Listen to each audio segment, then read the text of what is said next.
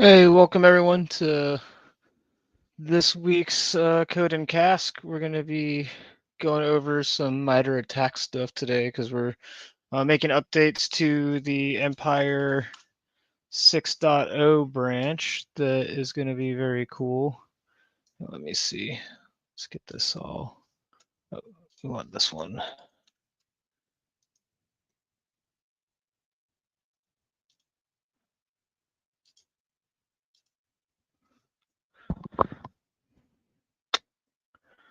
Let's restart our guest. There we go.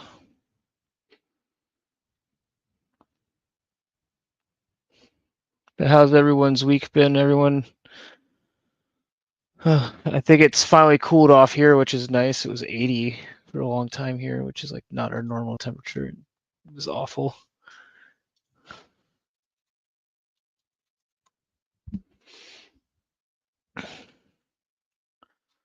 So let's see. So we get in. Let me get Empire started up, and I'll show you guys what I'm talking about that we're going to look at updating.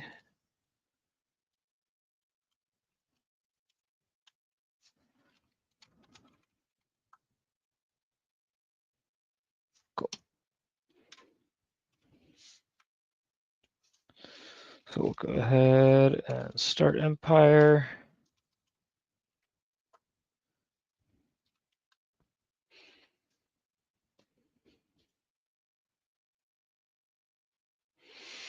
Get this going.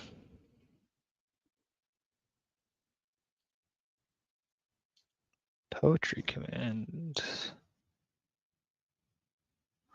What is going on here?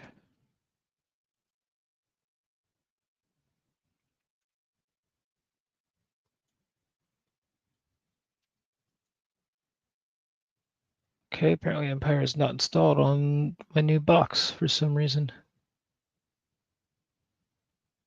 Okay, well then we'll go to the MITRE attack stuff, which I'll go there while this is going on.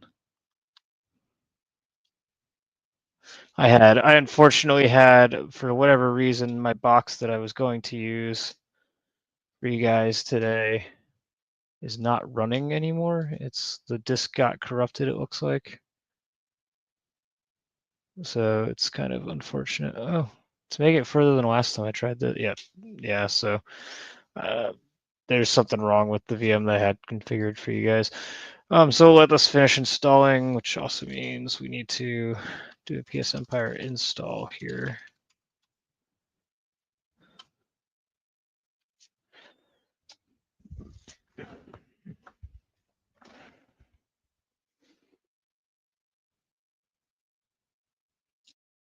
Has it having issues the last few days with Cali's repos? I keep getting like a lot of yeah, like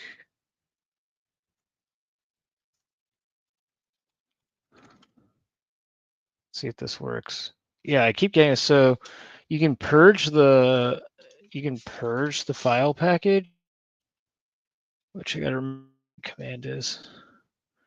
There's been something going on with Cali's like packages the last few days. I don't know if anyone else has had issues with that.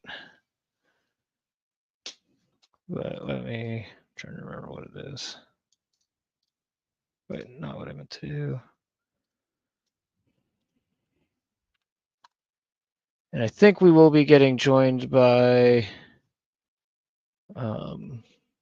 here we go,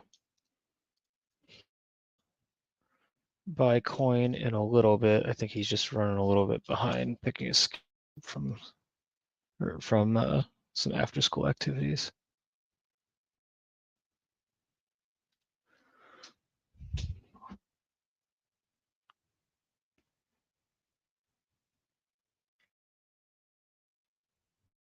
Huh, this fixed it for me yesterday.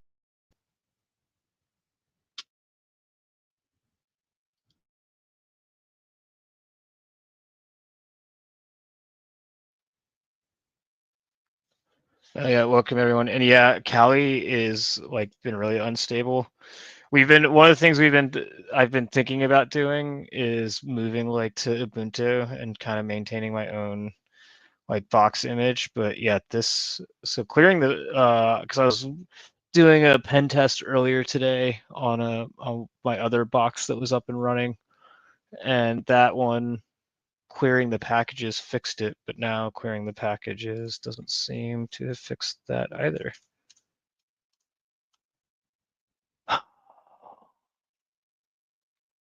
Why, Callie? Why are you doing this to us?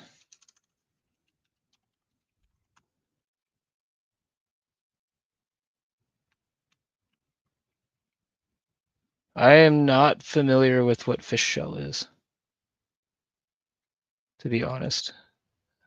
Is that like a is that a like a like Debian skin? Um, okay, let me try fish shell. I have no idea what it is. Let's go check it out. Hopefully it's not something inappropriate. What was the website? Fish shell. Oh, replacement is Z shell. Oh, I've never used fish shell, so it's fishshell.com. I'm not in a Z shell. Wouldn't be opposed to using. Oh, this looks cool.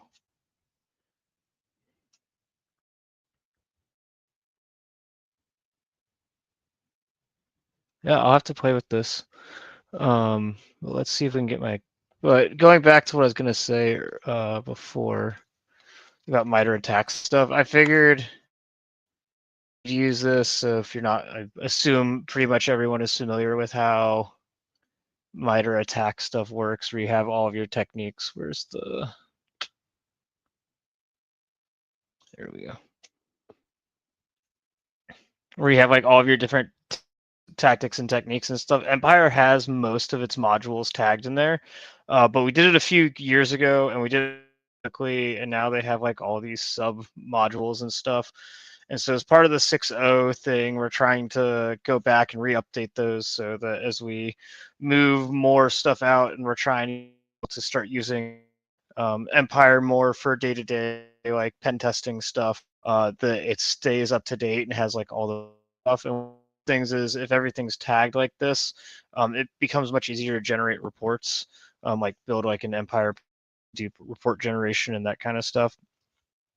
So as we were going through those, I was going to talk about like some of my favorite modules and stuff as we do that, but we got to get Empire up and running first.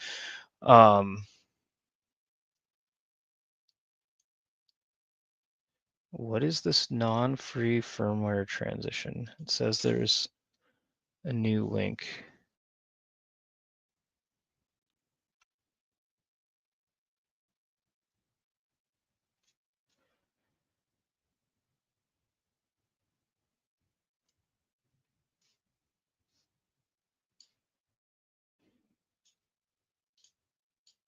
So I just add it.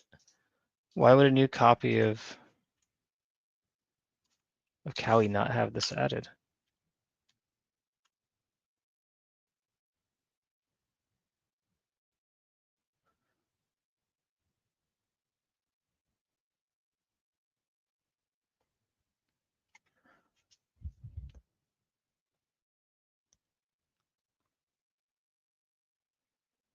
Okay, well that looks like it fixed it, but why would you? Okay, cool. There we go. Why would a new version of Kali not have that already loaded? But whatever. Okay, there we go. We actually got our install running now. Odd. So we use Empire for everything. I just like literally just on Tuesday outbriefed a customer the Cobalt Strike, or not Strike, CrowdStrike, on their network, and now some of it was I suspect was configuration issues, but like I ran boilerplate C# Empire like Sharpfire stuff outside of like I changed like my user agent string and a few of the like defaults for the network communication stuff. But like other than that, like I wasn't running, like I did not go in and like customize like any of the C# code or anything. I just ran boilerplate Sharpfire and it flew past. Like didn't have any issues. PowerShell will get caught. The PowerShell agent. As much as I love PowerShell and I to get on the SOAP, PowerShell still has it. Most places nowadays I can't run the pure PowerShell agent anymore. I can still run some of my TTPs. Again, using like that, you're going against CrowdStrike, running like I was just running PowerShell download cradle that was just a reflect of an assembly. And that's how like my stager was in PowerShell, and that worked fine. Along with some other, and so there's still place for PowerShell, but yeah, I can't run like the pure PowerShell agent in many places anymore, which is a bummer. But yeah, Empire is our go-to. I can't remember the last time I actually ran an op with Cobalt Strike, mostly because it's expensive, so we don't need any jars. But yeah, not lets us provide like a lower price for customers, so we haven't used it in a while.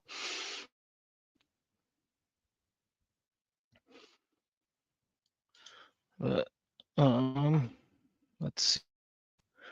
I'm gonna be having a Penelope Valencia tonight.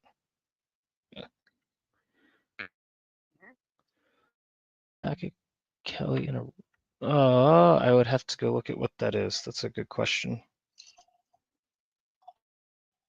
I don't know that you can run that anymore because we've added a lot of stuff. So I don't believe you will be able to run 6.0 like that anymore because we're including some precompiled binaries for like the compiler and stuff. It's going to look very different.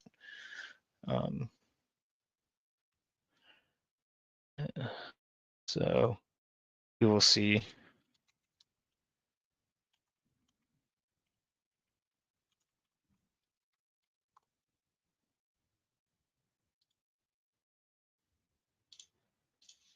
How do I spell stretch telly?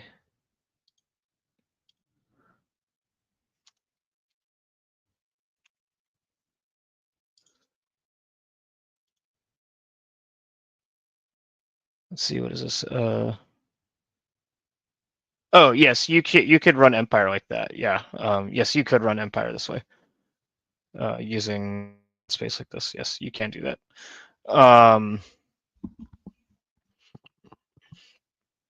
That's this run space concept is like the primary way, like that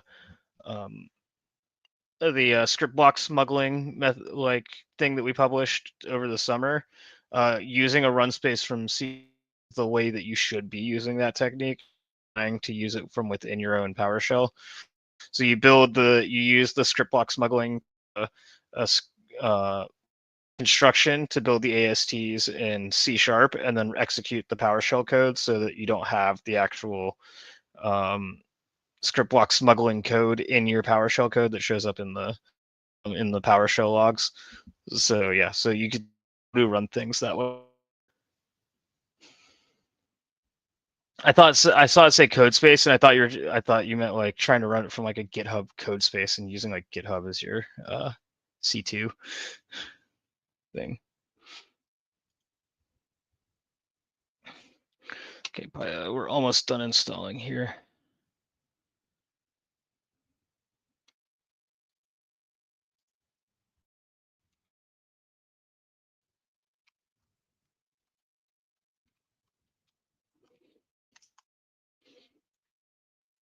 Let's see, I have any mention. Oh, no, we're good. Okay, so let's pull up our MITRE attack while that's installing. Okay, there we go.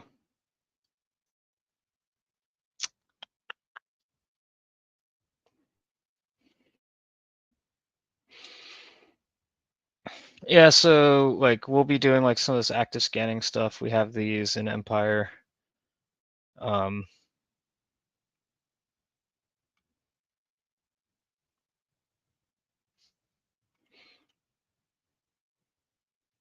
hmm.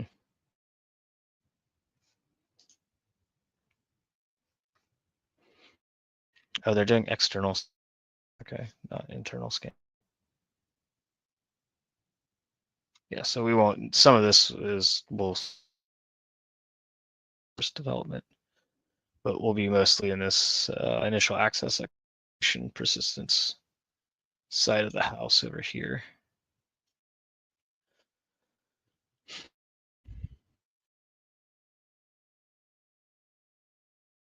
But I'm really excited for everyone to know if you are a sponsor, the 6.0 Alpha is available now. There's a lot of cool things that Vincent and Anthony have been doing, to include a Go agent, which I believe is in the alpha now. But yeah, Anthony built a Go agent for Empire, and this is the big thing that's going to be coming. That hasn't finished yet, which is why it's in an error state right now, is that there is going to be a plugin marketplace for Empire going forward, kind of like the Armory for Sliver. So you'll be able to go into Empire and see all the published plugins that people have built, which will be cool.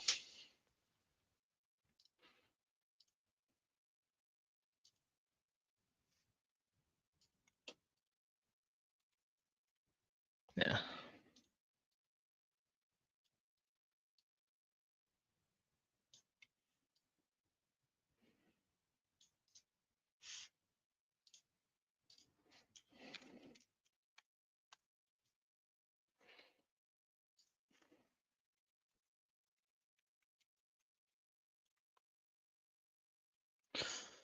Yeah. Okay, cool. So what I want to show off first, start going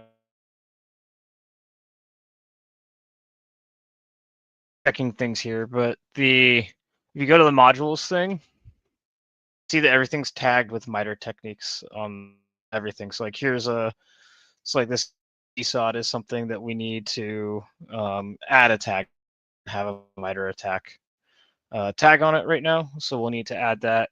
And you see that pretty much everything's tagged with this T1491 right here. Or let me zoom in. There we go. Make that more readable for everyone.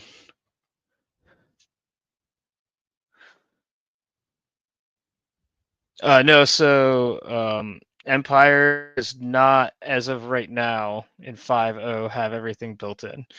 Like we've built some plugins that we have published, and like there's an infrastructure for doing it, but it doesn't have like an inbuilt system for like looking what's available and pulling it down, which is what the marketplace is going to be, which is super awesome because it'll allow people to like get their plugins out there more.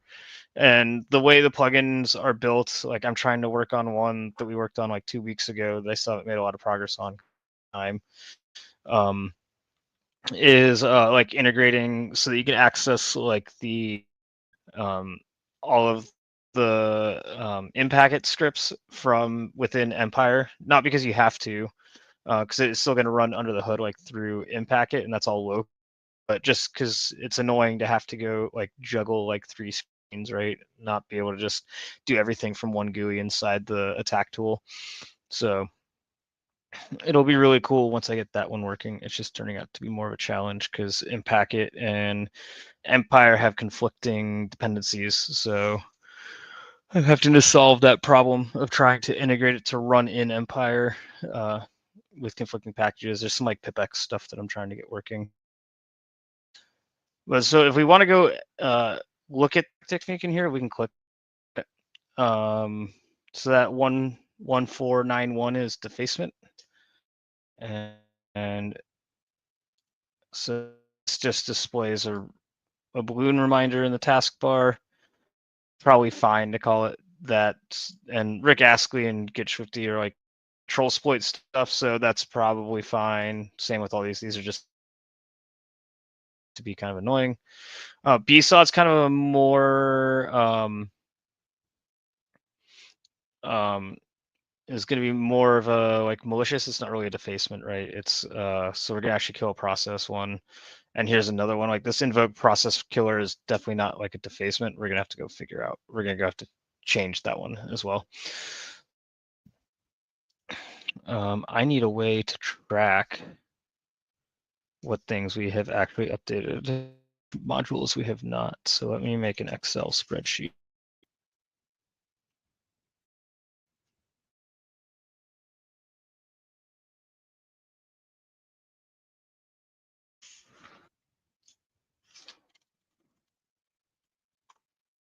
Oops.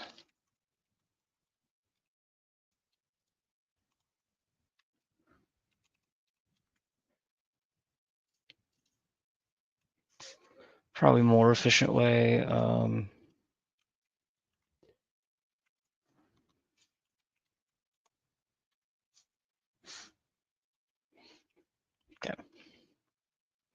So we're just going to leave this one as is, and then this. So if you're not familiar with the troll exploit stuff, we can also, if you guys want, we can also go test some of these to see how they're working, to make sure that things are working.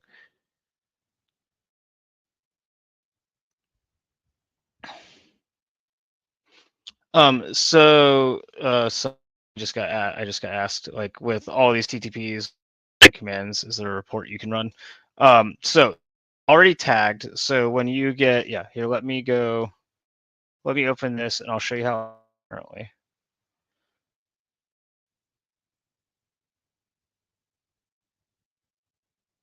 Oh, actually, well, I'm not, we'll be able to look at it a little bit. There's another branch, plugins are broken on this branch. Vincent just fixed the plugins for 6.0 yesterday, and I'm not on that branch currently.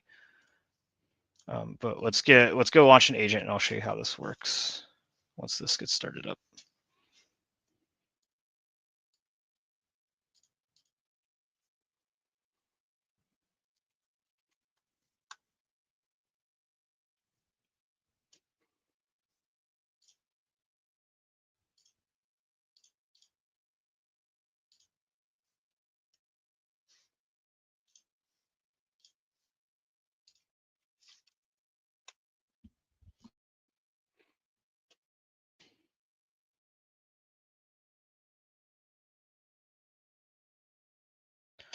So we'll create a listener.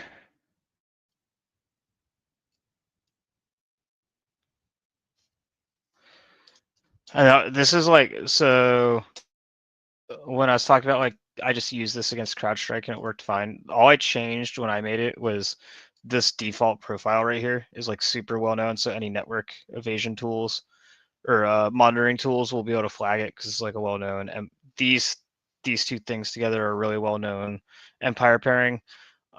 So I changed our default profile and I changed the server to be something else, and then I turned the J3 evasion stuff on. That was all I did to change things for running against CrowdStrike. So we'll build.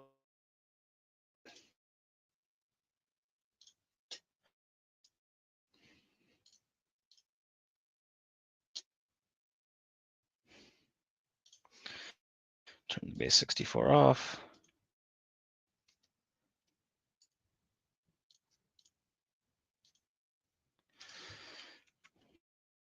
Let me zoom.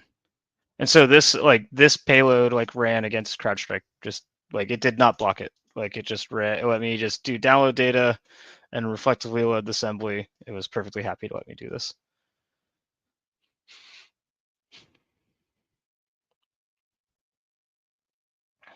Oh no.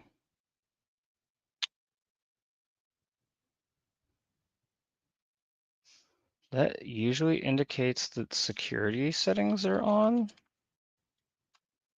I just turned off my stuff.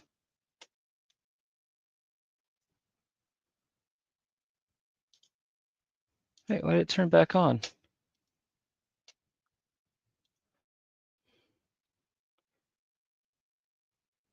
That's odd. What it's flagging on, just so you guys know, is the fact that the agent class is literally like empire.agent. And so when it sees empire.agent being loaded, it blocks it. So if you go change that, it'll probably just go happily go through.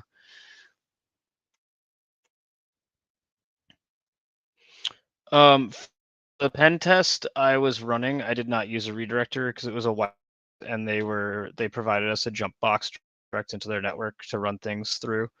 So it wasn't necessary to run a read that exercise, more of a pen test than like a red team exercise.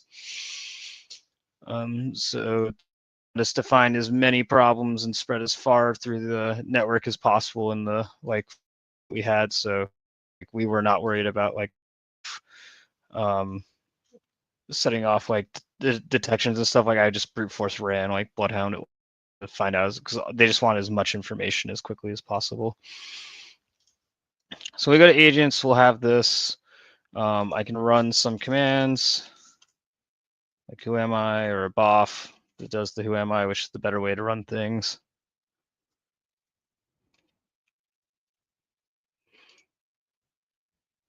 Instead of running the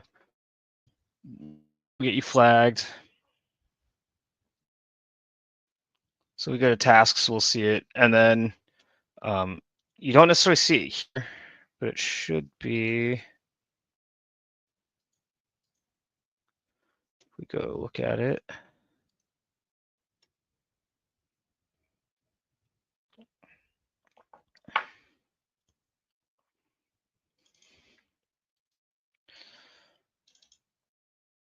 So if you go into data, all of your agents will have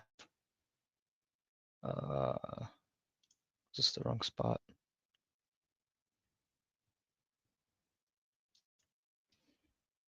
Oh, sorry, downloads.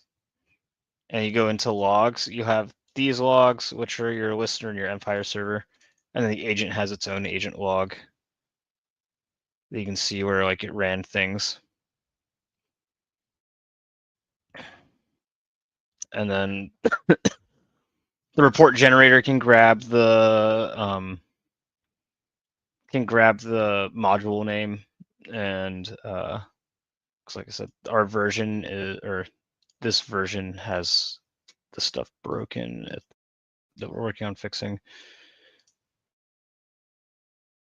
Plugin is a sponsors plugin, but the basic report one should be there, like a master log, and like your sessions.csv that has some of the stuff.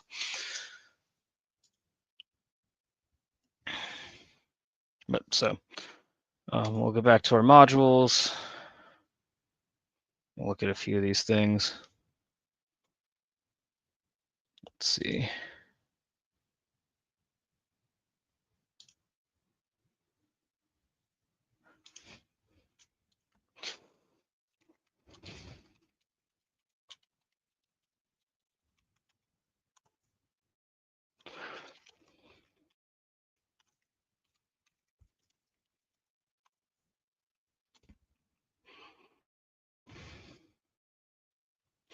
Okay, sorry, I was messaging Anthony. He's stuck in traffic.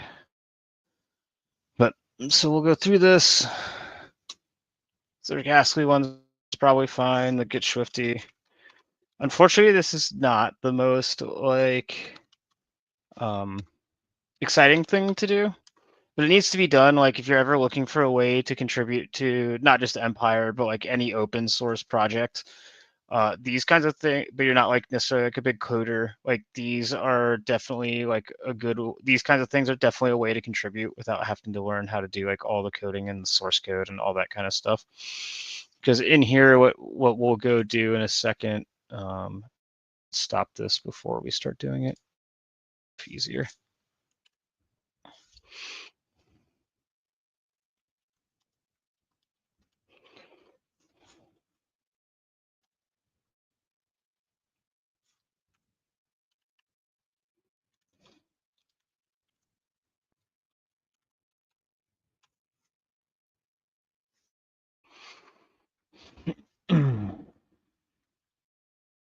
Okay.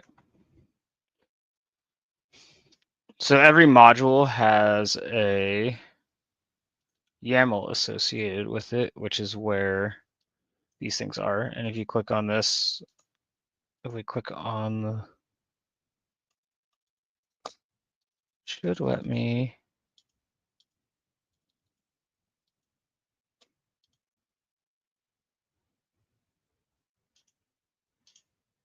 Oh, there we go. That's what I'm looking for.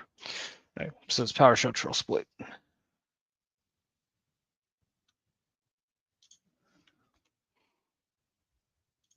In here, so like we can go to, like, we decided that this, where'd it go?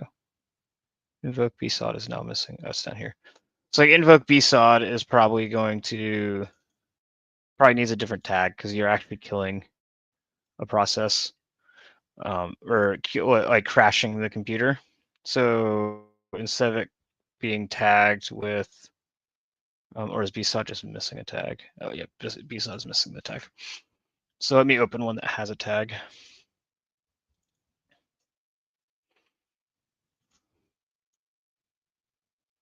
So you see that it has this technique thing here. So we just need to go to technique.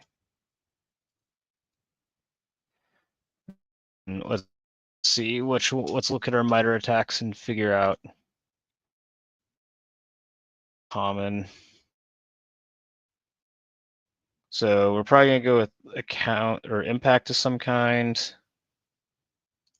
Let's see. Maybe it is still defacement.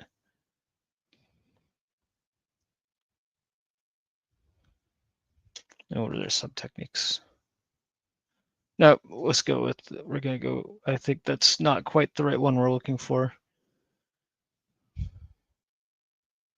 Account access removal, data destruction, encrypted, disk wipe.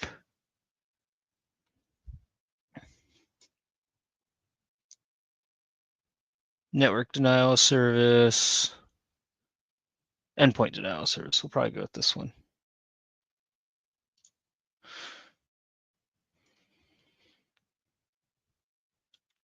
So here we go. So we're gonna apply this technique.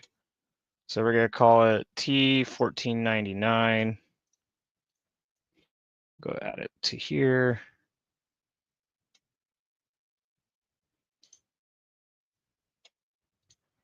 I'm really bad at it. Is it just a space here? So one thing is that the indentation really matters. Okay, so we now have that. As you can see, like this had a link there, but there's no link in here, so it's automatically handled by Empire. That as long as there's a tag in here, it'll link it to the right page. So we can see that, like, if we go ahead and save this and restart Empire. I always do that. I hate doing it.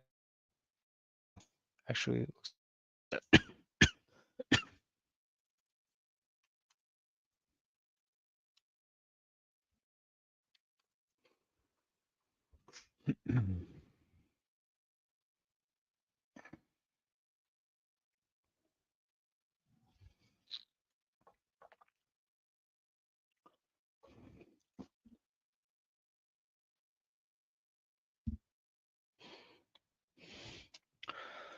okay, so we got everything going here. And I reload this page. Fingers crossed. We go to invoke bsod. Yeah, you can see that now has the tag, and it's automatically generated into a link, which is really nice because it's because MITRE made their web structure very nice. So you just have to do techniques. Like you can even do. Why is this? Oh, did my VM just crash? No. Apparently just my Firefox page. Okay, there we go.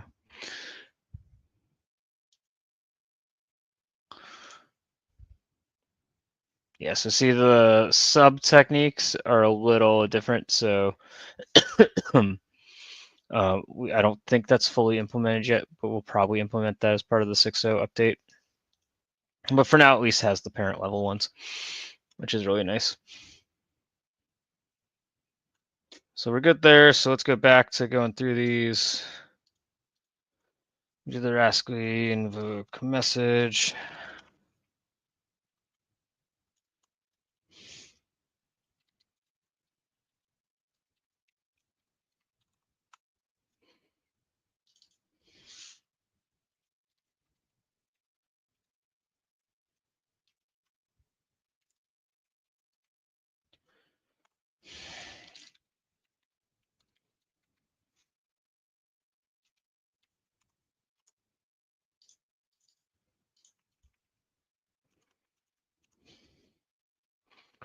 And we did invoke bsod. And that one was also changed. Okay. Set wallpaper is also going to be another defacement, which is, it has the right tag right now. And then invoke process killer does not appear to be correct because we want to kill a process, and that's not really the correct tag for it. So we could say maybe endpoint denial of service, but there's also some other things that we could look at. You know, if you're unsure of something, we can always, you know, you can go the easy route of going like ChatGPT and just say like, what MITRE attack technique would be killing a process? If we want to go the lazy way. Alternatively, there's like ways to, like, if you just go to Google, you can Google it. Or we can look through here because there's, it might be under defense evasion. Like there's control, depending on how we're planning on using the process killing. It could be under here, so like impair defenses. So like disable logging or collection might be like what we're trying to do, depending on the process that we're killing. So it's something that could be, there's other, we're going to modify this.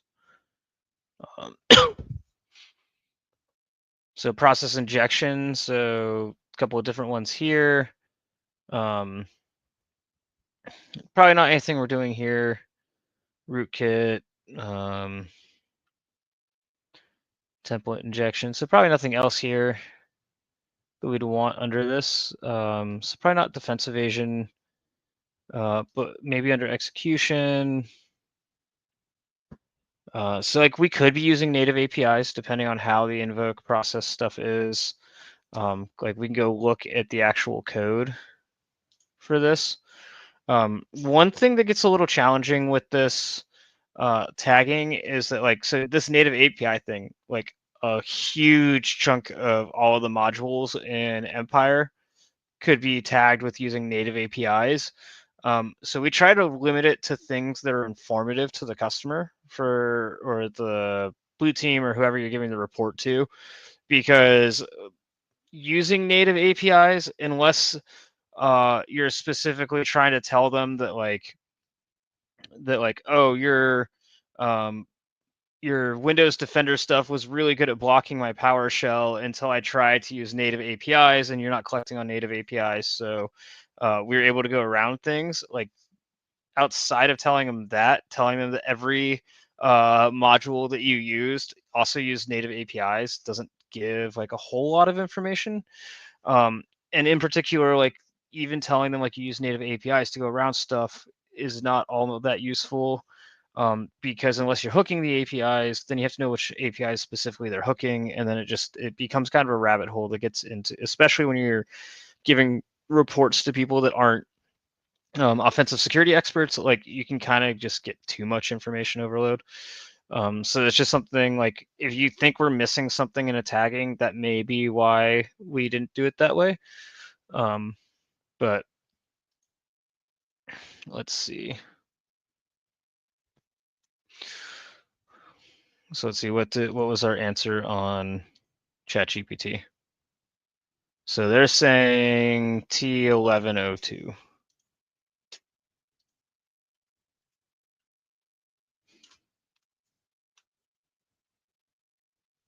Which ChatGPT lied to us. Oh, Hey, Anthony. Jake. How are things going? Good. I wasn't actually expecting you to get on. I thought you were gonna be stuck in traffic too long. Nope, I'm here. I made some tea and grabbed a snack. We're going through the MITRE tagging, and we've been talking about just like different techniques. So I'm I guessing showed everyone. Oh, go ahead. I already showed them how to update one because like invoke bsaw didn't have a tag, and then like invoke process killer right now is tagged with defacement, which isn't real. It's also for sense. some reason, yeah, it's. I know why it got tagged that way. It's because for whatever reason, invoke process killer. Turning on the tags moves it. That's. Let me pull back. I think invoke process killer for whatever reason is under the under troll exploit. Yeah, it's in troll exploit, right? Like I'm not sure why that's there. I don't know if we want to move that. Probably do. Yeah. So I created a very fancy Excel sheet to track which ones we looked at. Very advanced way of doing it. Yeah, very advanced way of doing it. But so it's tagged with this troll exploit technique. So we were trying to figure out which one we wanted to tag it with. That makes sense. Good luck. Oh, we got someone asked us if we had any experience with breaking BitLocker on a laptop. I'm not. I have not had any experience with that. That's outside of my wheelhouse. I know you've done a little bit of that stuff. I mean, if you're dealing with which version of TPM, Let's see. Here's the question for you to see. There's some things you could do with TPM ones. It's a TPM 2. So there's some side channel analysis to reverse engineer the keys, and you could go that route, which is quite difficult and requires expensive hardware.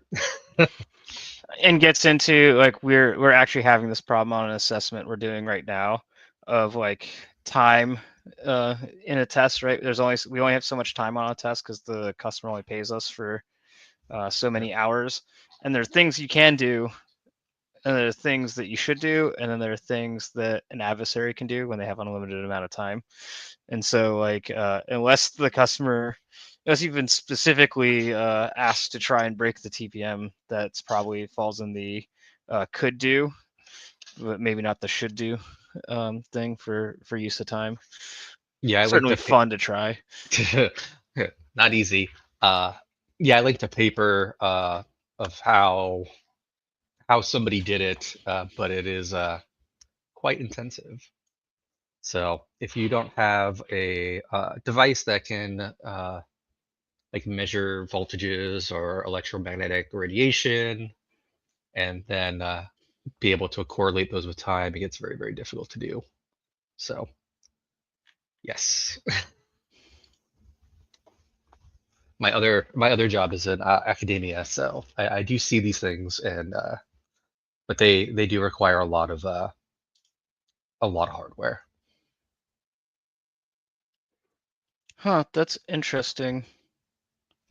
It doesn't look like, from what I'm seeing, it doesn't look like MITRE actually has a technique tied to process termination. What? It doesn't look like they actually have a technique tied to process termination. It's all tied to like what are you killing that process for. So there's like disable or modify tools for impairing defenses. Like if you're killing services, they have one for stopping services. So that's probably why it Service stop. got Yeah. tagged the way it did. Yeah.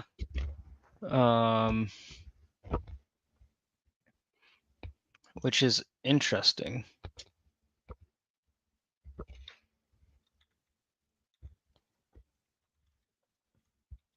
I would have thought that there would have been 100% a process termination technique.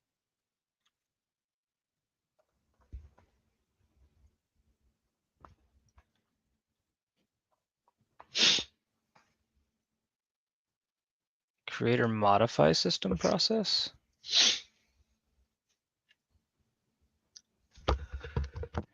Let's see, what are our sub techniques here? Launch agent system. No, this is all launching stuff. Interesting. Well, chat, what do we want to call this one? Good question. But to help you possibly, I was just looking at this and found something that might be able to save you some time. It looks like somebody had a project called Attack Empire that already has links between all the old modules and one attack technique. Yeah, attack So empire. Okay, let's pull that up. I And see what that looks already like. put it in the chat. If you I just can't cut and paste from that for some reason. You can't? Wow. No, Okay. I think it's because of StreamYard doesn't let me.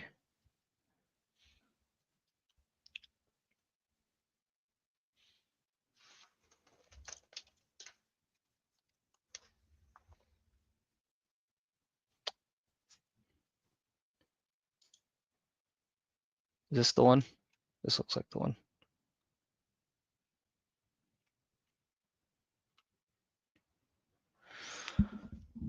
Right? Maybe? Yes. That's it. Yep.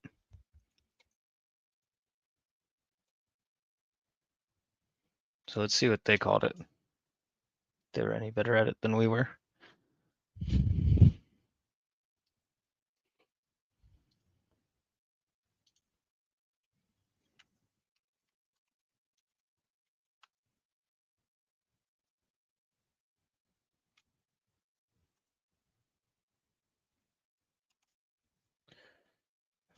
What's it called? Invoke process killer?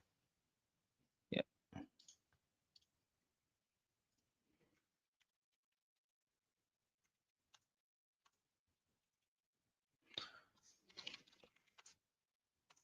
It doesn't look like they have it in here.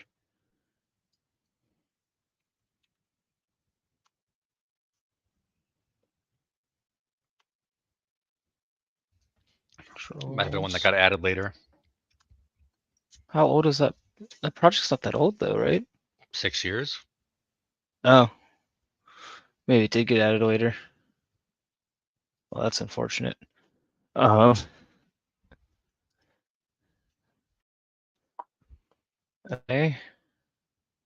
Did chat give us any suggestions?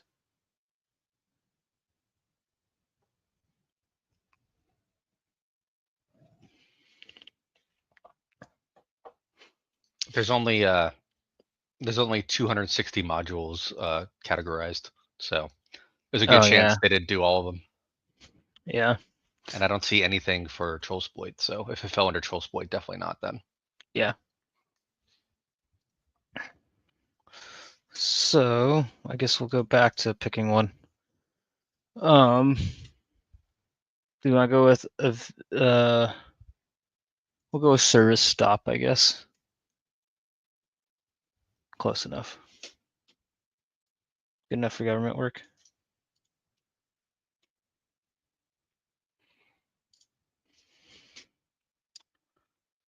So process killer.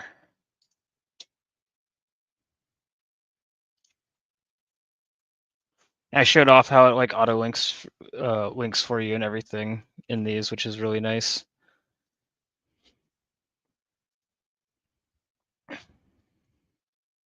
I was telling everyone about how I just used Empire to own CrowdStrike, though.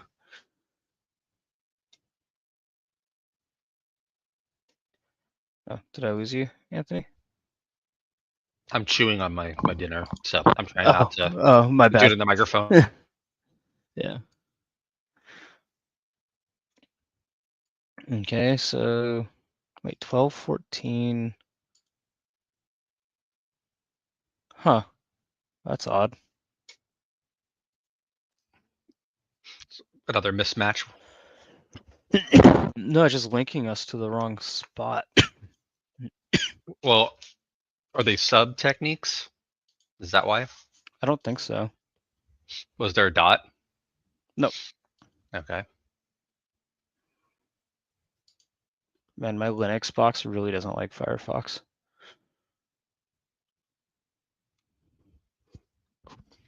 I mean, it's Empire. You don't have to run it in Linux. You can access the web page somewhere else.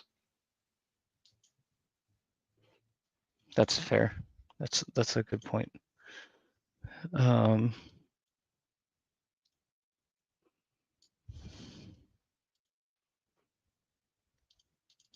Oh, well, my whole box appears to have crashed. So good times. What the heck, Callie? Oh, you missed it. Callie also broke their package manager. Again, Yeah, again.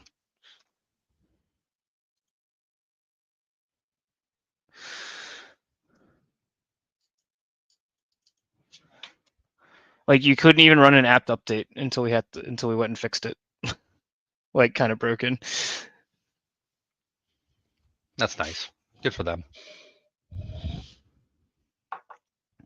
Oh, I saw it working, responding for a second.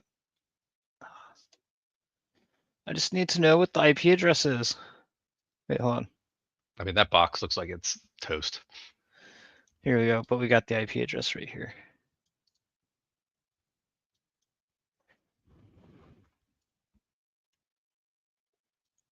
But I just might have to reboot it. You might be right.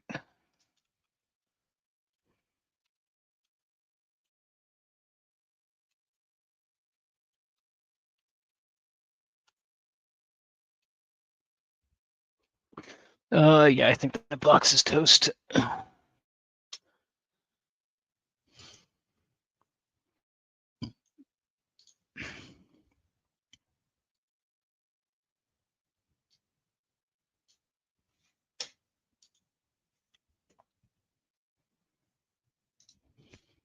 Let's see how many resources it has.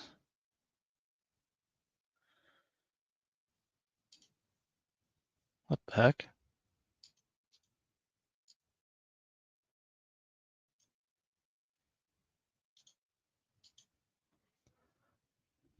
I can't even send a shutdown command. Well, this is a new one for me. Failed to power off the virtual machine. It happens when they freeze up. I've had that happen a lot.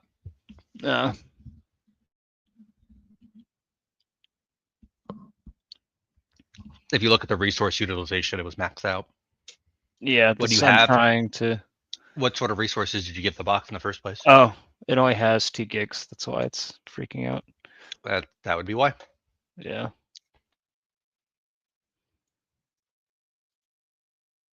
That's 2 cores though, right? Or set to 1 and 4. There we go.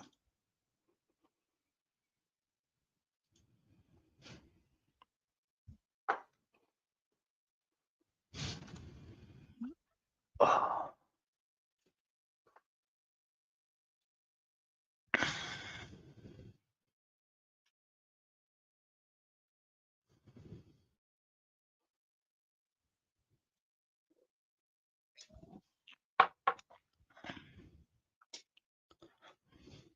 But since this is also code in Cask, I think I can tell you about the fun thing I saw at the liquor store today.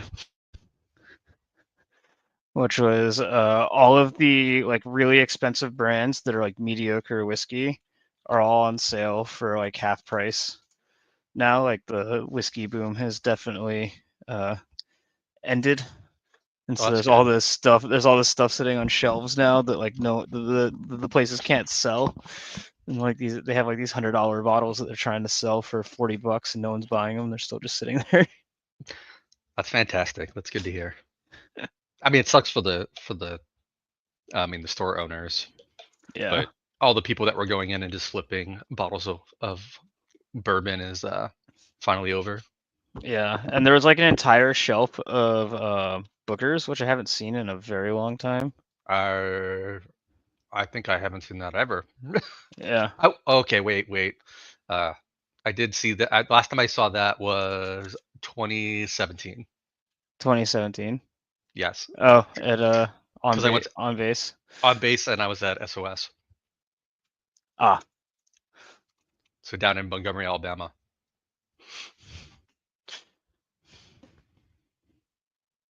Oh, we have stories about Alabama. Yeah, I have lots of stories about Alabama, Hmm. and not all of them are from SOS. Well, I mean, you're from like 50 miles from there, so. Well, no, I more meant how I had to spend 6 months there for Boeing. Oh, that too. I, Yeah, I was referring that you're from the South anyway, so. yeah, from Huntsville, Alabama.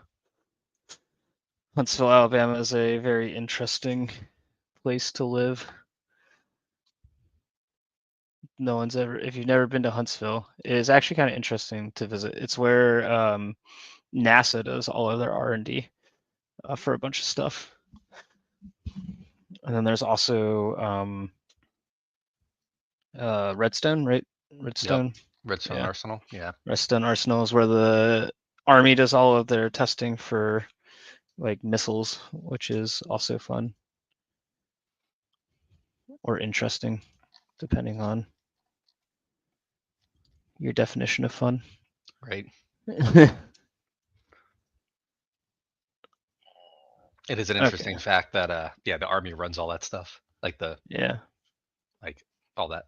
So not the Air Force, but Yes. 12, cool. You can 14. keep working on this, and then I figure you can jump and work on Sharp RDP for a little bit because I need you to finish it so I can use it, and I Oh yeah, we can totally do that. Oh, so 1214 redirects to this now. So 1214 just must not exist anymore. oh weird. Yeah.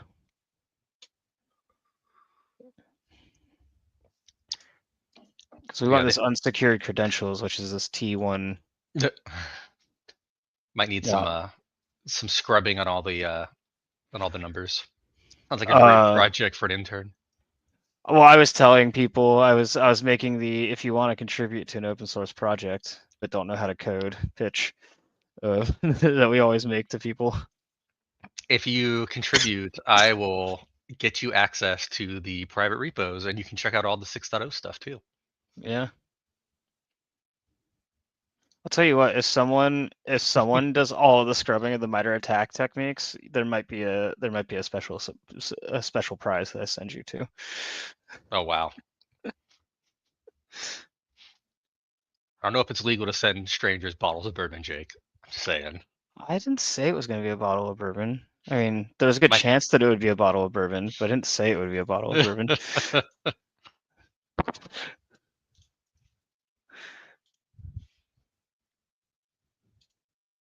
As long as they promise that they're 21. No, I'm kidding. I would have to do some kind of age verification.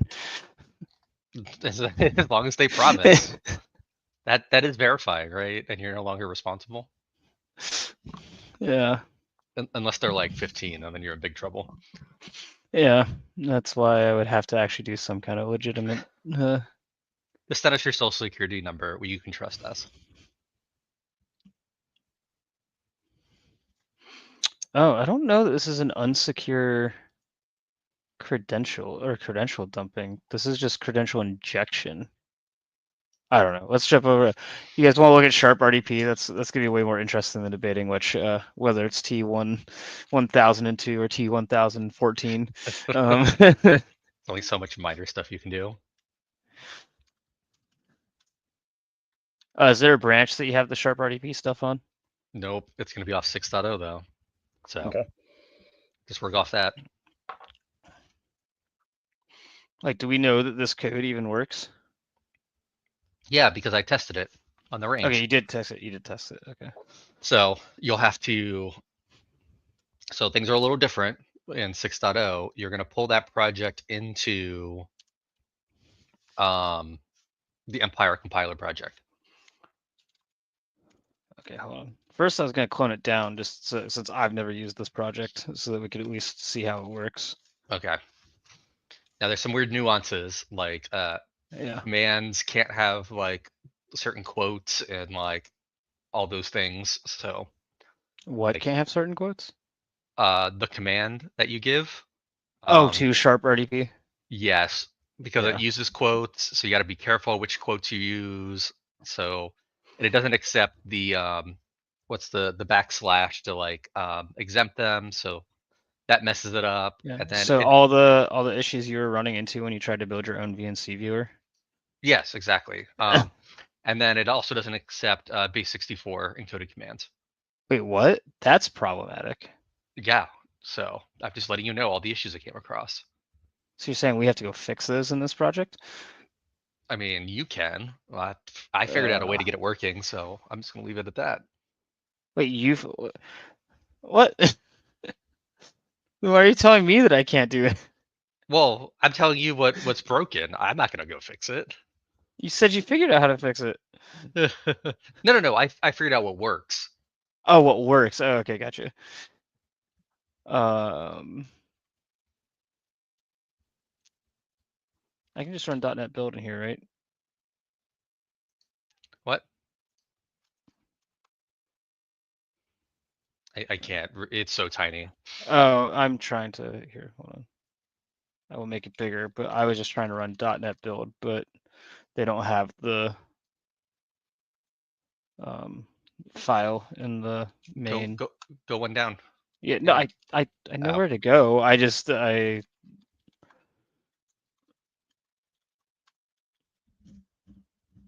ooh.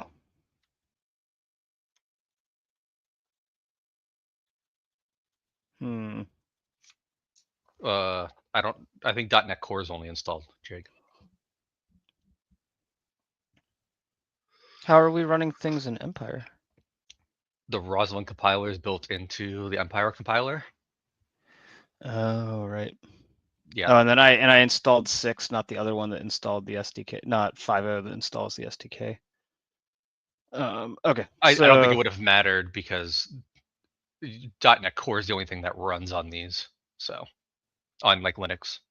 no, I know, but you can download the .NET Framework SDK and still compile on Linux. No, I wasn't Yeah, aware of that. yeah, you can do it. It's a little weird. Not many people do it, but you can do it.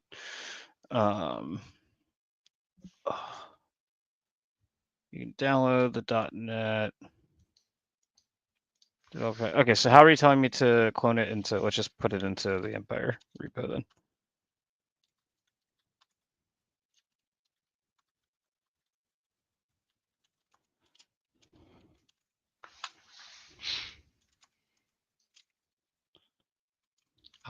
Well, if you just want to test compiling it, I would have done it on Windows with Visual Studio. Because that's what you said you were going to do. You were going to test compile it, right? Yeah, okay, yeah, I can do that. On Windows, just make our life easy. Where'd my Sharp RDP page go?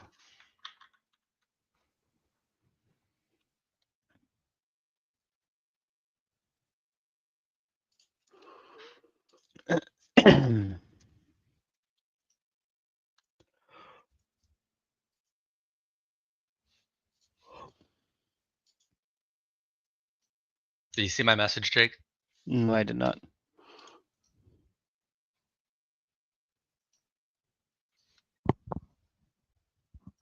Okay, is that better? Yes. Okay, sorry.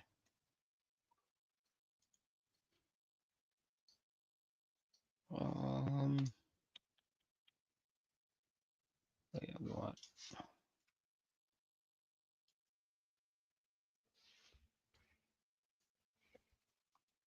You zoom in. Yeah.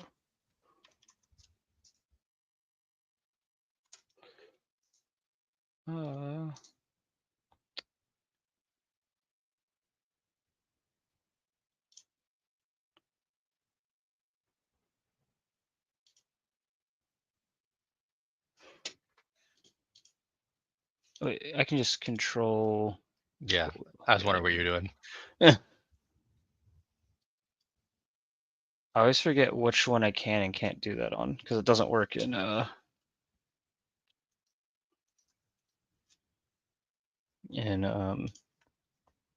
Kali to do that.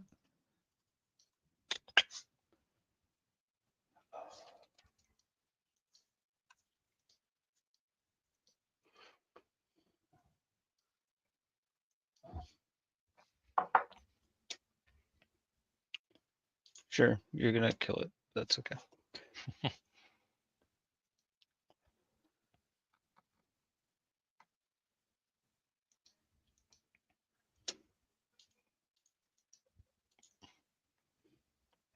Come on.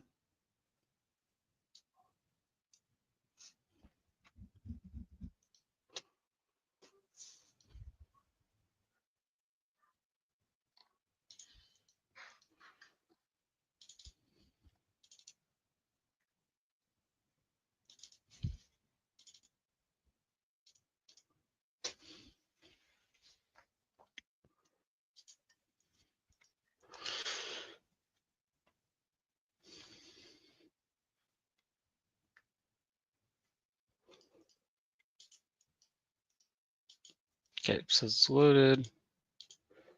See if it builds.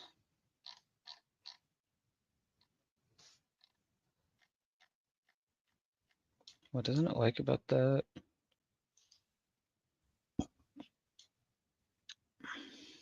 I never ran into any build problems. No, so. it built. I'm just seeing what the warning is about. Oh, just saying that it's just warning you that that common object requires the use of unsafe code, which just means you have to do pointer math. Okay, so we got it.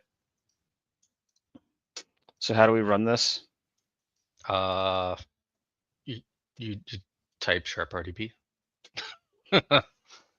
Right, but what is this? Is just a client, right, or a server?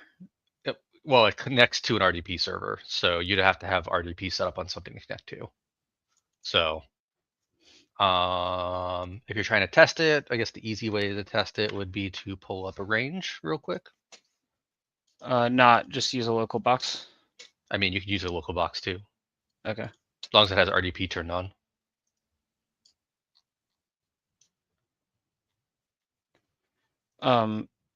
So this box needs RDP turned on? Yes, you're connecting to the service, the RDP service. So. Okay, so this is gonna run in. Wait. So what's the goal of using Sharp RDP? And what is your envisioning for it? It takes away the manual aspect of RDP. Well, why can't we use like a Python RDP project? Because they're just as complicated.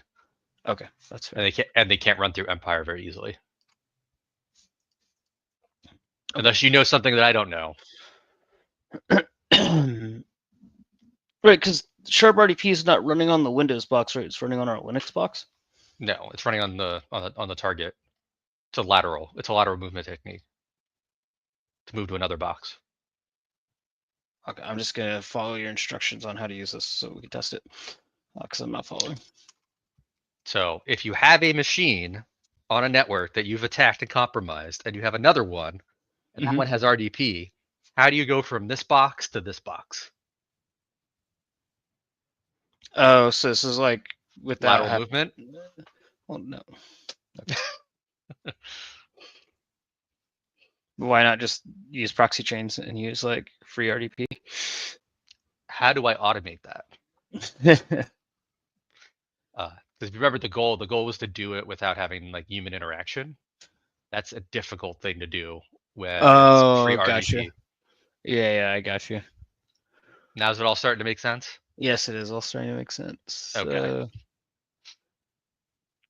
Because then I got to log in, I got to drop my Empire payload.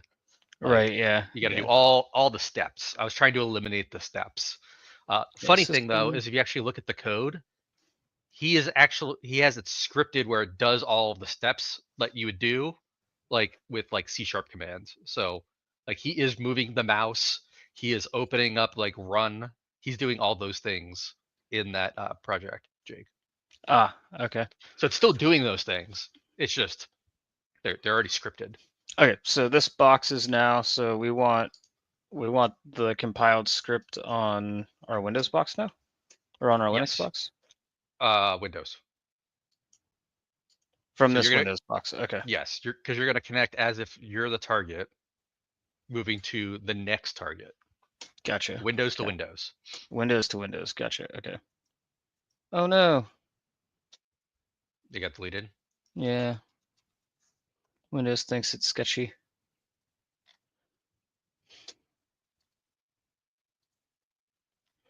Bad Windows.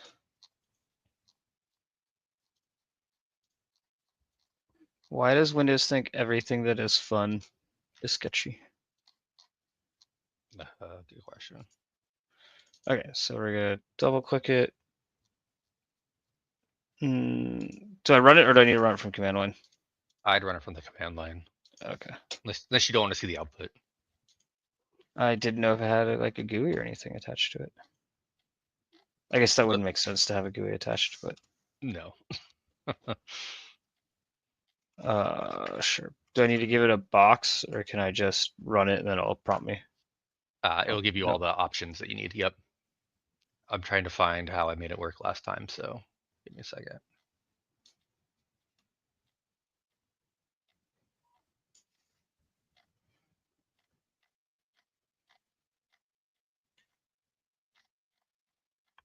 Computer name, domain.target. Here we go. Okay. Oh, it has to be domain joined. Okay, never mind. I should have used a range for this. That would have made more sense. It has to be domain join is what it said. Yeah. Go back. Let me double check. I don't think it has to be domain join. Try it without, because you can give it an IP address, which is the way I was running it. Oh, that does work. Okay, I assume Yeah. usually what it says domain name like that, like domain.target indicates that it won't work with an IP address. Yeah. If you're So properly, if you're using proper designation stuff, which obviously not everyone does. So I gave you the easiest way to curl down a Empire payload and run it. You will have to provide credentials, and of course, all the credentials are provided in clear text. So this is fantastic. So if you look in our garbage thing, you can see exactly what you need to input. Okay. So there's the user. Can you zoom in at all? Or yeah. I'm just grabbing the information we need for on my test box. And I wasn't going to try and execute an Empire payload yet. I was just going to try and connect to it to see if it worked. Oh, it doesn't really give anything back, which is not fun either. Oh, it doesn't? Oh, so it's not going to do anything if I just connect to it? I mean, it'll say success, so you can technically go do that. But yeah, all the things are not like commands. So And we'll see. This might break it because I don't think that this box has a password. I think it's just an empty password. Should just do 2 quotes. Yeah. Yeah. Let's try that. You need a command.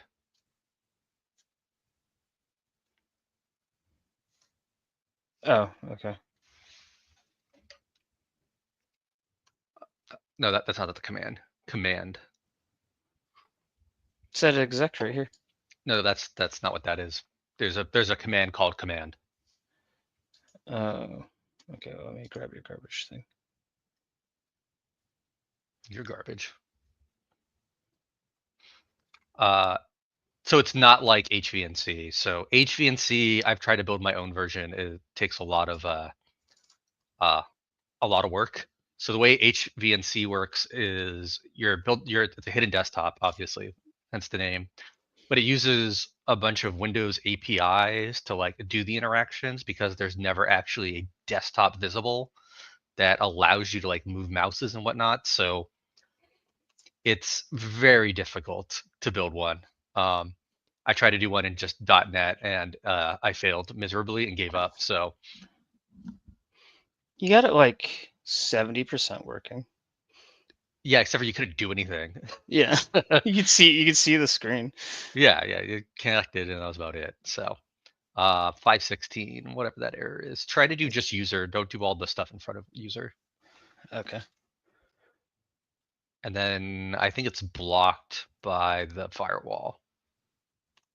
Oh, it probably is. Yeah, let me turn that off. Good old Windows firewall. Everybody turns it off in an enterprise network anyway. Yeah, I've never seen it on an enterprise network. Like legitimately never seen it on an enterprise network because it blocks everything. It's so aggressive. Can't have legitimate services without putting a bunch of rules in place anyway. Yeah.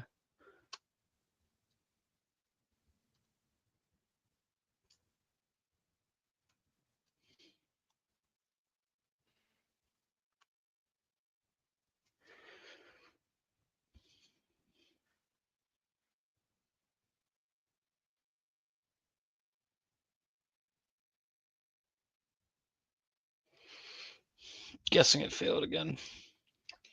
Sure looks like it. Yep. Okay, well, let's start with, we turned off the firewall, so let's make sure that we can at least talk to this box. Oh, that's a problem. That is a problem.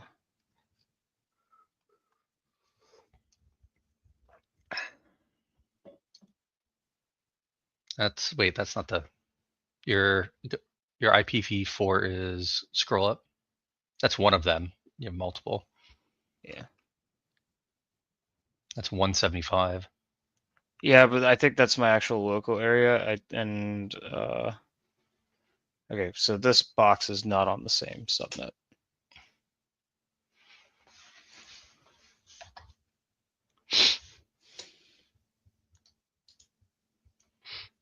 Oh, why is it got two network adapters that are jank? It's your machine, not mine. Okay, let's remove that. Let's do bridged.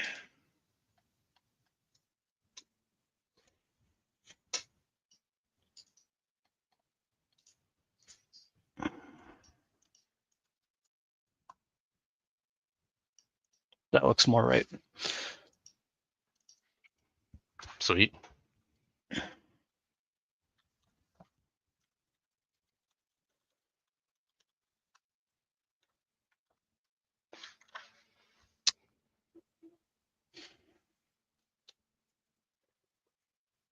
Did the firewall not turn off?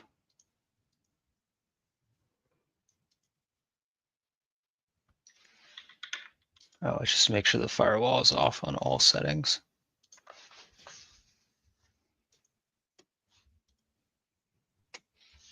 I should probably just spin up the range for you at this point. Probably. There we go. Oh, we're good now. We fixed the problems. We fixed the glitch.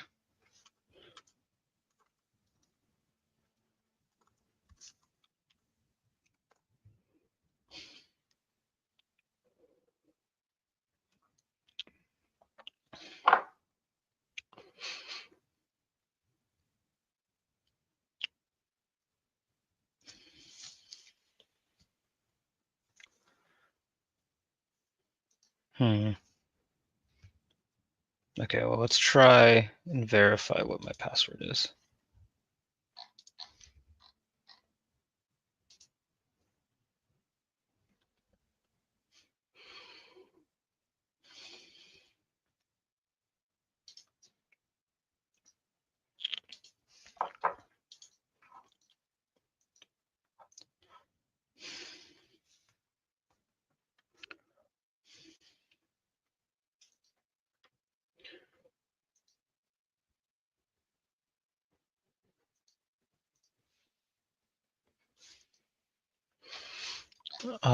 Okay.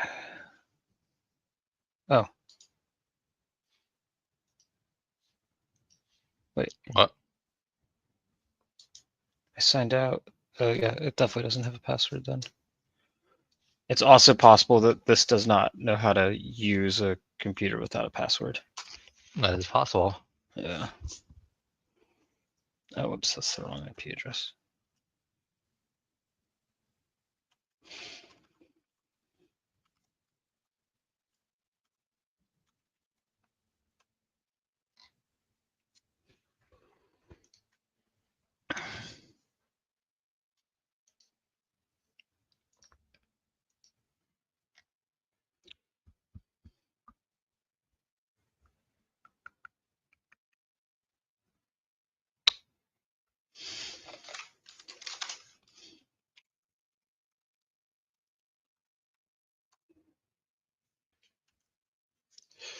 Okay.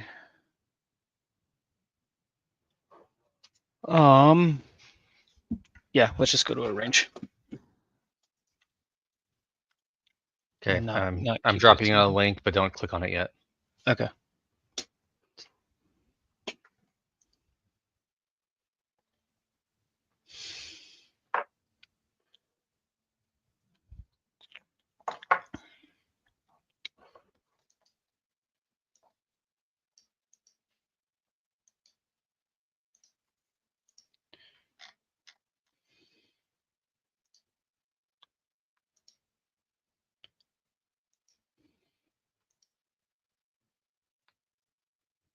Okay, you should be able to log into it now. Okay. Just use the link I gave you.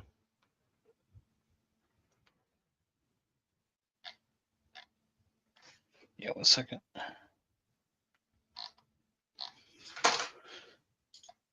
Girlfriend's texting me about dinner. It's not a priority right now.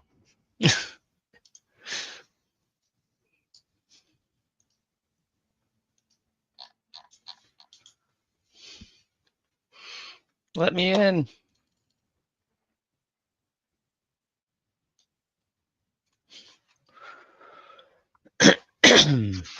Oh, that was loud. Sorry, everyone. Apologize.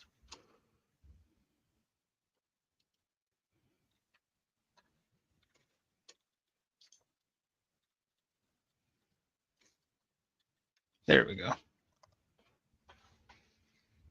Select a user to disconnect so that you can sign in. Okay.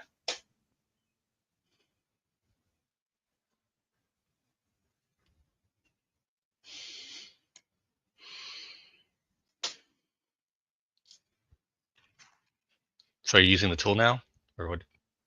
I'm gonna try. I'm still logging in. Wait, it was already logged in. Why'd you? It wasn't logged in. It prompted me to sign someone out. Oh, that's weird. It was already there's already a user logged in. Because now it's going to go through all the scripts again. Oh. I think you logged out the same user, and logged them back in. It gave me a pop-up that said log out spider.dude, and then logs me in as administrator. Oh, that's weird. It shouldn't have done that. So interesting.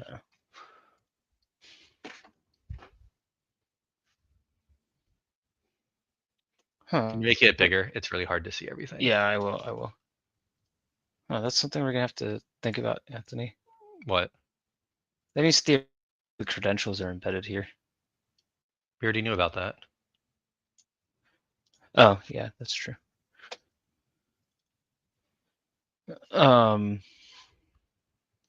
Okay, so let me drop the tool in now.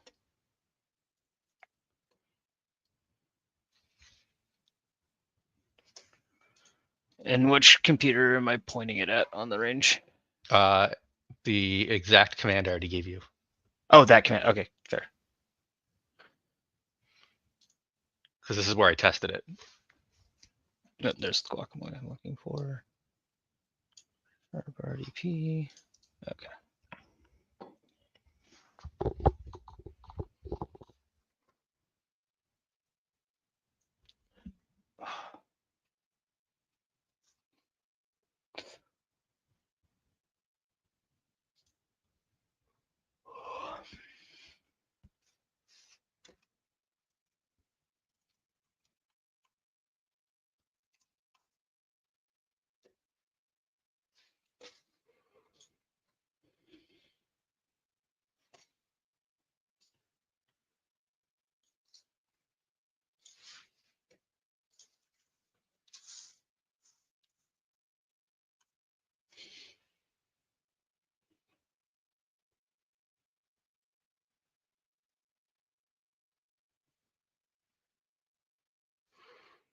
Oh, is there? Did you spin up a Empire server?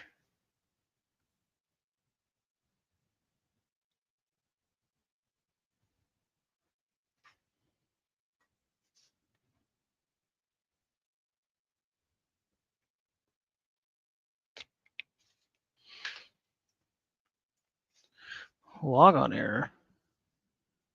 Arbitration code continue. Oh, okay. Looks like it's working.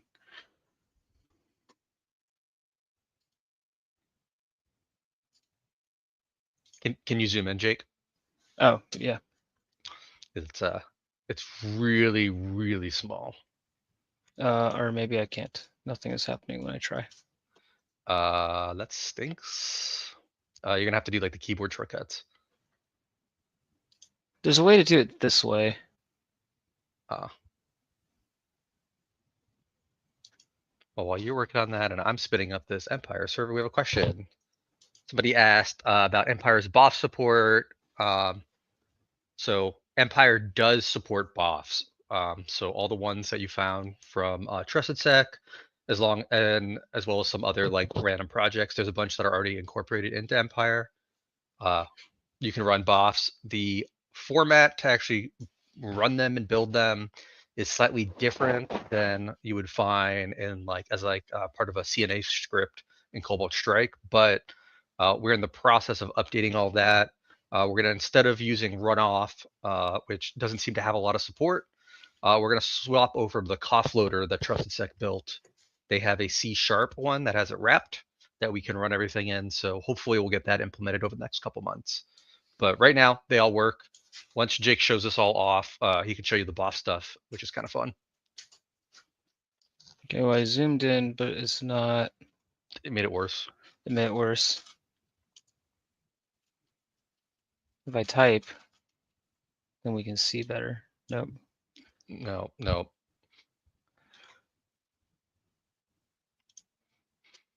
So how about you just show them the command on your computer and just run it?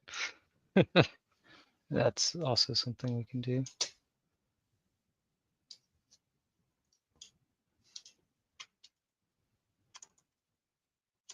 Okay.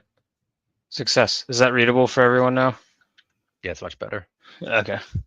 Okay, so it ran the PowerShell command, it ran it, and then I accidentally hit log on. But it looks like it worked. Yeah, there's nothing to curl down yet, so Yeah. but it looks like it ran, which is good. You can I'm gonna give you what the Empire server IP address is once that's up. Okay. And then from that point you can show them what it looks like when we curl it down. You can see the shenanigans when you try to do a base 64 encoded because it just doesn't work. At least I couldn't get it to work, which is unfortunate. I don't know why, because it works with the PowerShell.exe TAC command and then invoke expression, but if you tried to wrap it with the encoded command, it doesn't do anything. Yeah, that's odd. But go pull up the Visual Studio project. You can actually see how it's doing it under client. Go full screen. I am. I'm just trying to resize everything.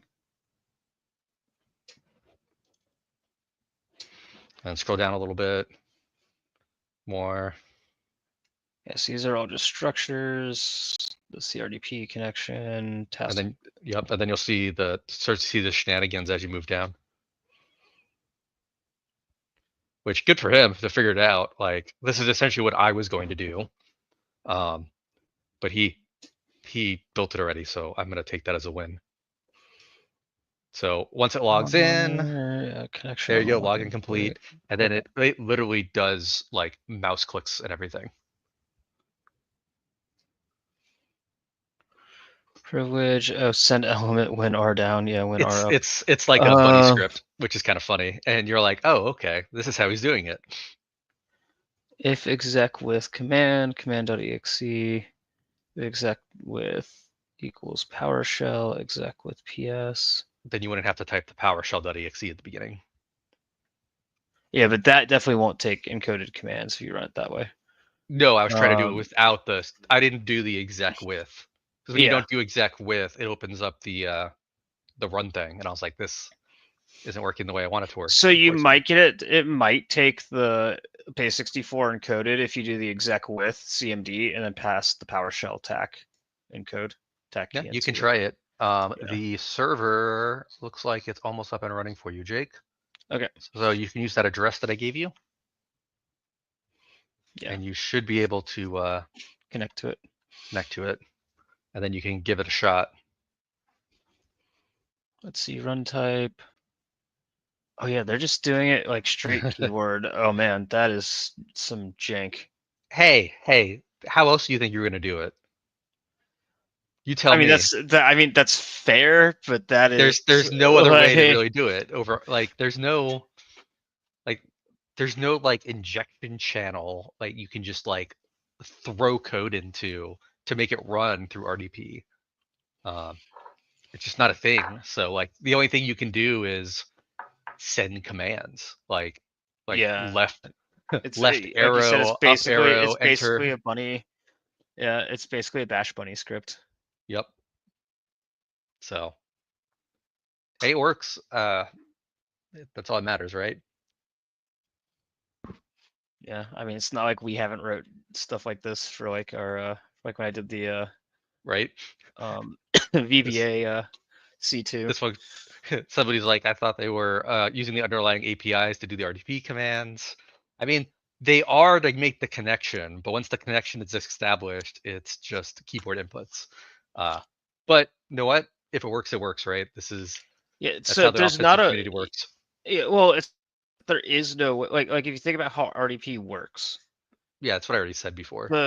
Yeah, no, I know. I'm further explaining to people like Gotcha. if you think about the way RDP works, it is creating a remote connection to the system and treating your keyboard and your mouse as local there.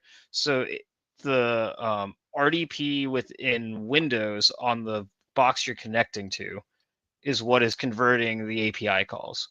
There is no way to send an API call from a local box to the remote box directly through RDP, because RDP is basically just creating a forwarded connection between your keyboard and mouse. And so you have to send it keyboard connections or mouse connection or mouse movements if you're going through RDP. Now, there's obviously like WIMI and those kinds of things to send commands directly, but if you're using RDP, you have to send it that way because those are the connections that it's making for you. Yeah. So it's definitely making fun of it. So I've done it that kind of thing before, uh, and it's a huge pain. But I wasn't making fun of it. I mean, it's exactly the way I would have implemented it, and I was going to.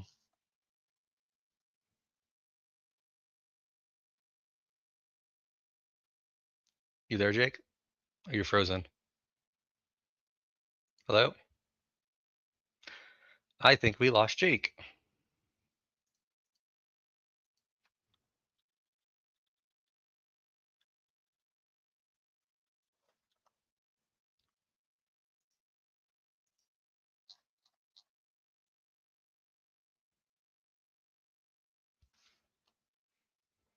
Let me see where he went.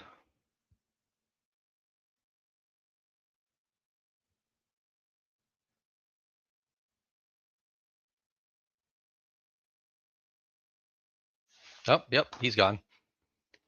Well, since his thing died, I guess I'm going to use it. Let me grab the box.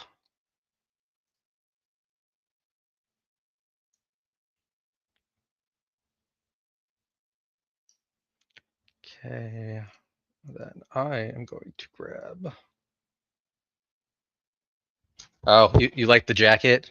Yeah, I had them custom made because I really wanted one. So, unfortunately, they are not for sale yet. So let me grab the workstation. So if you see my screen now, you should see what it looks like. You can connect to the Empire server through this and everything. It's just very, very slow. Well, he's also using Internet Explorer. Shame on Jake. Does this box not have? Ooh, this is a really bad box. It doesn't have Chrome. It doesn't have Edge, but it has Internet Explorer. So what we'll have to do is open it on another tab. Give me 1 second to get that set up.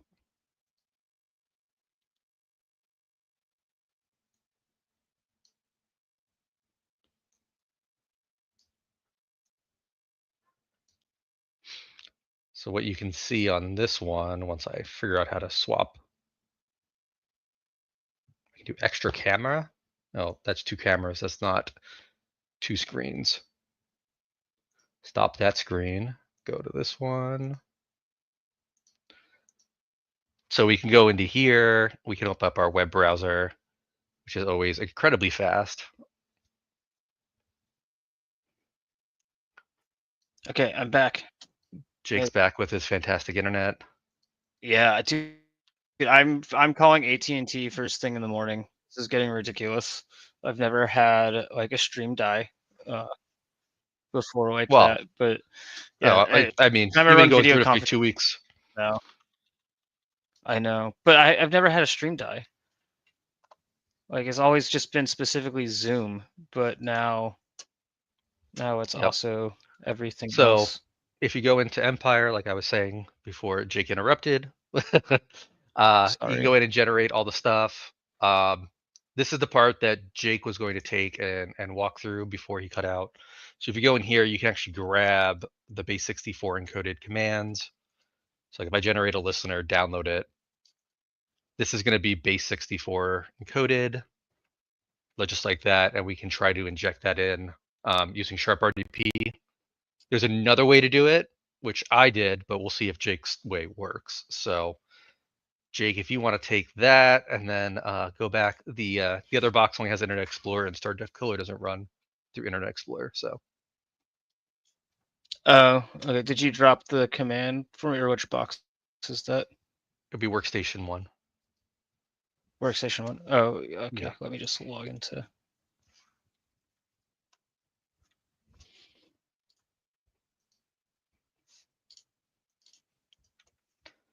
And I dropped the command in the channel for you to grab. Oh, you did drop the command for me. Okay. Yep. And then I will relinquish the screen. Okay.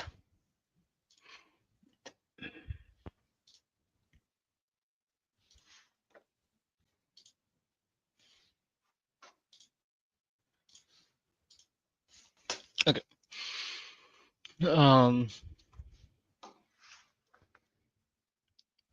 Yeah. So how does this run with thing work? What run with? Sorry, I can't see. It's so small. Is it that small? I thought it was. Oh, it is tiny. I, Hold on. Yeah, I'm fixing it. Hold on.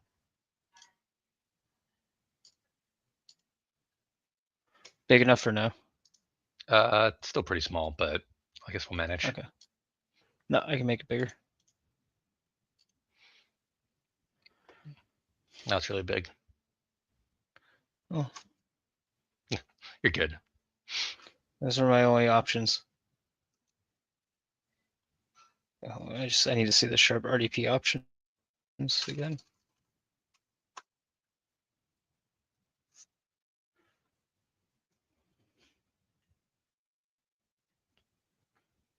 It's the exact command, and then you put in CMD. Oh, exec equals CMD. Oh, okay, that's how you. Okay, gotcha. Yeah. So. Okay. Looks like you have a stream thing on the bottom of your screen. You might want to hide that as well. Yeah, that was StreamYard telling me that I'm streaming.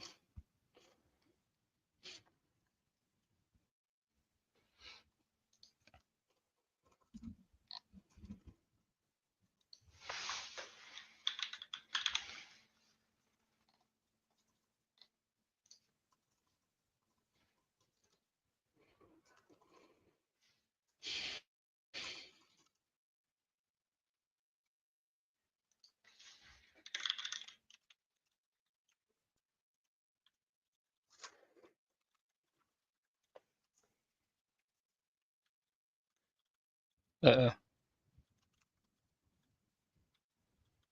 Okay. See what happens.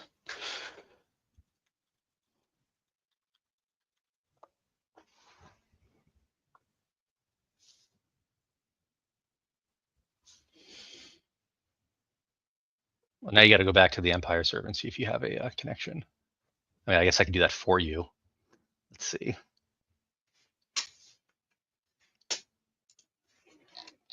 There is no agent. I can go. There's no, No agent. agent? Oh, nope.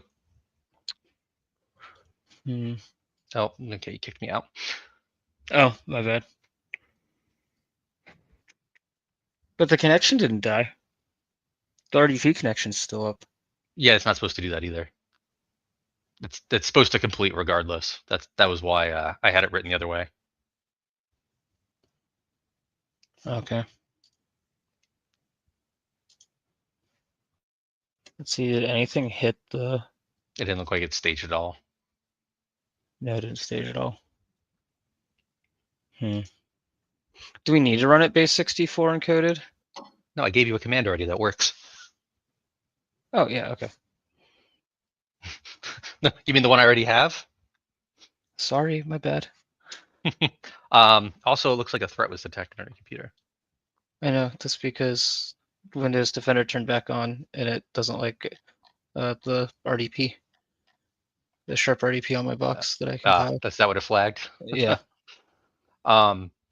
But yeah, so what, I don't know if people are aware, but the default HTTP listener has a hosting server attached to it that provides an interface for you to essentially curl down the payload. Oh, wait, what happened to sharp RDP? I don't know. Did Defender turn back on here? I thought these were all hard killed. I did too. But something deleted sharp RDP.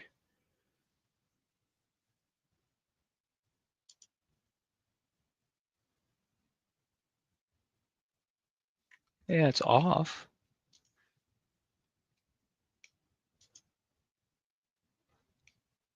Did it remove it and quarantine it?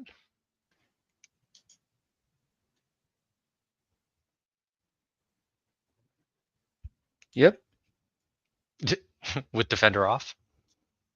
with Defender off. Yeah. Interesting. I wonder So how, that alert was actually the range box, not my box. shockingly.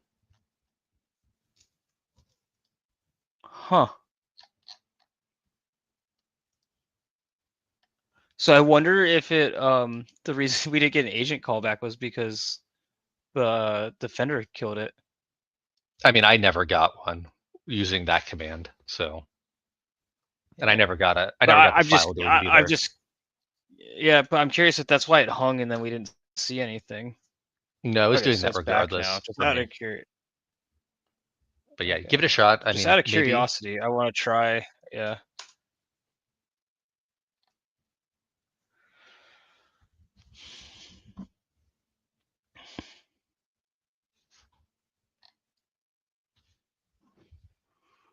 Nope. Okay. So we'll just use your command.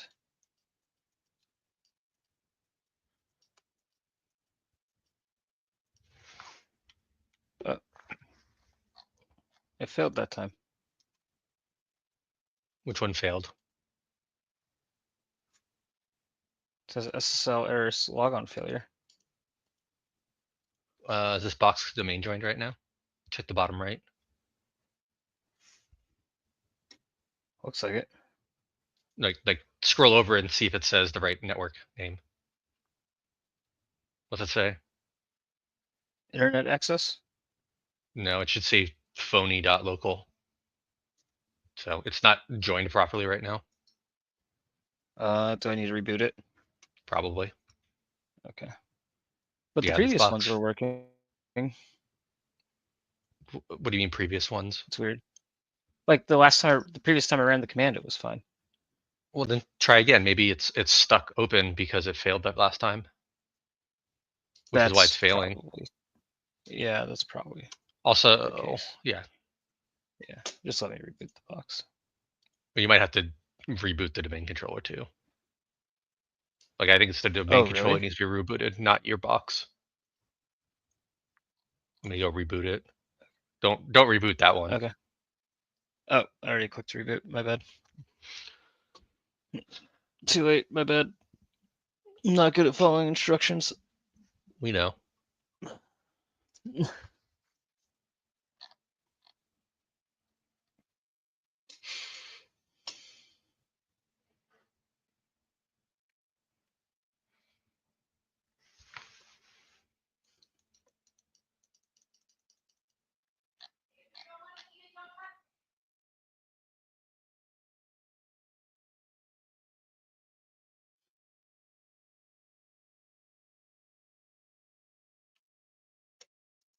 Domain controller is coming back up.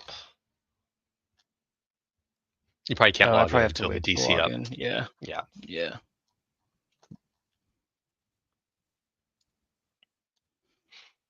I try to put a script in place that checks if it's domain joined and tries to do it itself, but apparently that's not even working. Ranges are the bane of our existence, Yep. is what I know. Yep. Somebody has a question for you, Jake. Um, does B Security do pen testing and red team engagements? What was your most memorable red team recently? Yes, we do. We just did. We just did Still one doing. for. Or well, no, I was talking about. We just did one for a government county. We have an ongoing one against some autonomous vehicles. That's pretty cool. And then I have another one coming up against a small like business. And then we also have another hardware one that we're going to be doing for some like smart battery type of stuff. So we've been doing a lot of hardware pen tests recently, which are really fun and frustrating.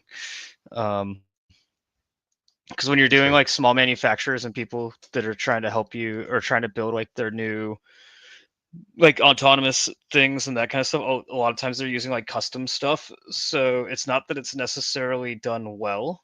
It's just that there's no resources out there to find information on what's being done. And so like it makes it hard because you basically have to reverse engineer everything, and we don't always have enough time to do like full reverse engineering. So it's definitely a challenge doing those kinds of things. I'm trying to think about what would be the most memorable one recently. Uh, Running Iron Python against CrowdStrike. I built a Iron Python.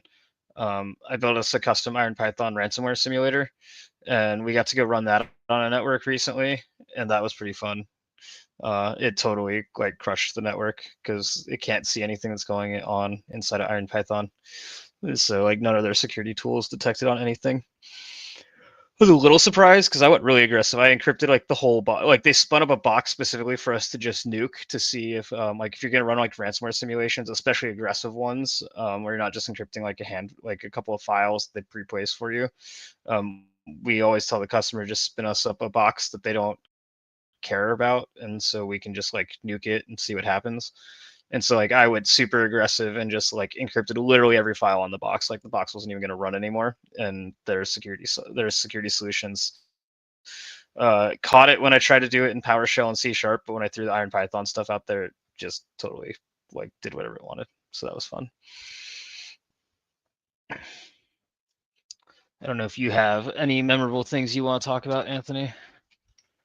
No, we all have a little bit of time left, so let's see if this works before Yeah. we finish up the night. Yeah, so a lot of customers are asking for um, ransomware simulations nowadays. So Anthony and I, for a long time, just refused to do it because we thought there was too much risk. Nowadays, it's an expectation from customers that you do it. So um, it is There really cool. there are safer ways to do it. So we try to employ whatever safe practices we can implement whenever we do it. So, but it does come with risk, Yeah, which yeah, when you're a red team and you're in a client's network, it's the last thing you want to do is take on more risk than you need, right? yeah.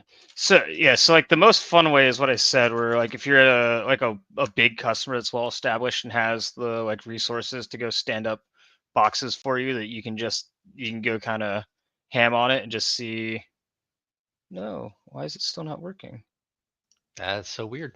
I don't know. Have no idea. Let me check something because it's just giving you like SSL error logon failure. What? Yeah. That is completely new. Mm. Here, try this real quick. But Go okay. to the C folder, and there should be one there, and try to run that from C. Is there not a file there anymore? No. Okay, deleted that one too. Weird. Gonna have to do Yeah, some what's running? investigation. What? What's running that's killing the files? Defender? That'd be the only thing. But we have it hard. We have it hard killed. Well, apparently not. It deleted the file. But it says real time protection's off. It lies. Apparently. Let's see. Apparently, if you go malicious enough, is that a new thing? I wonder. So it says it's killed on this box as well. So that's not the problem. So you should be able to connect. I just don't know why it's not working. Because it was working earlier this week. I mean, it was working 20 minutes ago. He said Like try a name. file, like the. Yeah, it could be a DNS resolution thing. For, That is possible. Try to do the IP address instead of the computer name. Just type home. You could have got. what's the yeah? What's the IP address? 10.10.0.10.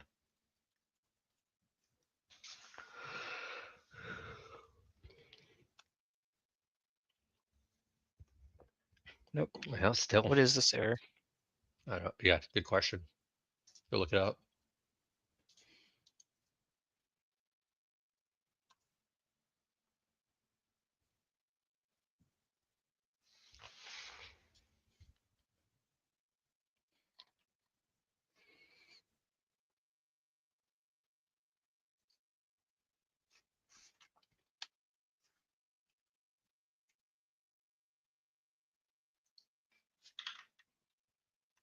Which one was it? I'm still Did I'm you still in log the into the computer. machine? 2055. Okay. Yeah, it's 2055. 20. But what was the SSL? Oh, error log here. It just says log on failed. That makes no sense.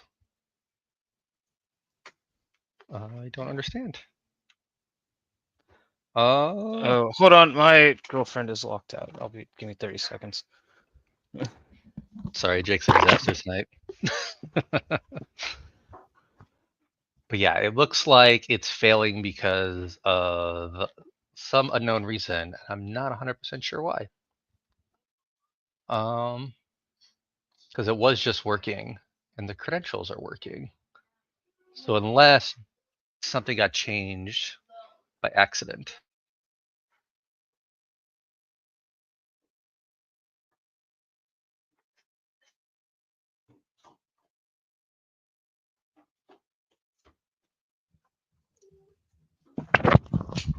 Sorry. Yeah, I have no idea.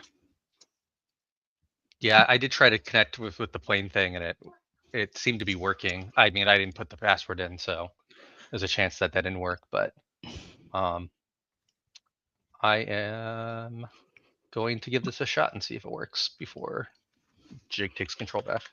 Okay.